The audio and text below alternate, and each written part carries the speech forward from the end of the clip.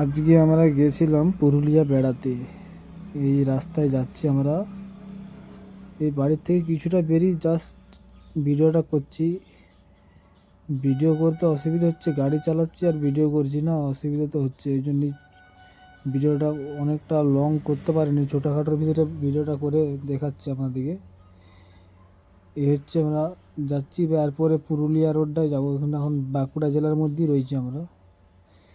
এই হচ্ছে পুরুলিয়া, কিন্তু চার সাইডেই পাহাড় দেখতে পাচ্ছি। আমাদের সামনে যে গাড়িটি যাচ্ছে সে একদম ওভারটেক করতে দিচ্ছে না, ওই জন্য আমি সোলো করে দিলাম। কিন্তু এই পাহাড় দেখতে দেখতে আমরা যাচ্ছি, কিন্তু গাড়িতে কিছু মিউজিক বাজছে, ওই কারণে গাড়ির সাউন্ডটা দিতে পারছি না।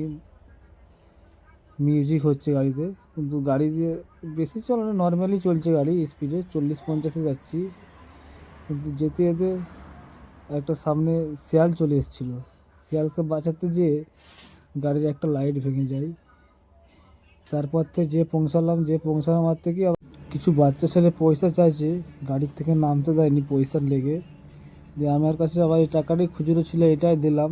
দেওয়ার পরে ওরা তারপরে এখান থেকে সরলো। ওরা চাইছিল 120 টাকা পয়সা। তারপরে এই যে নাম নেমে দেখছি এখানে প্রচণ্ড বাস এসছে, কিছু লোকজন আছে, দোকানদানি বেশ ভালোই বসেছে।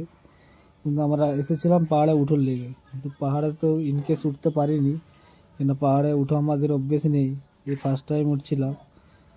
কিন্তু পাহাড়ে উঠতে উঠতে আলা হয়ে গেছিলাম জোর, কিন্তু আমি তো কিছুটা উঠে চলে গেছিলাম, তারপর এরা উঠতে পারেনি, ওদের জন্য আমাকে আবার নেমে আসতে হয়।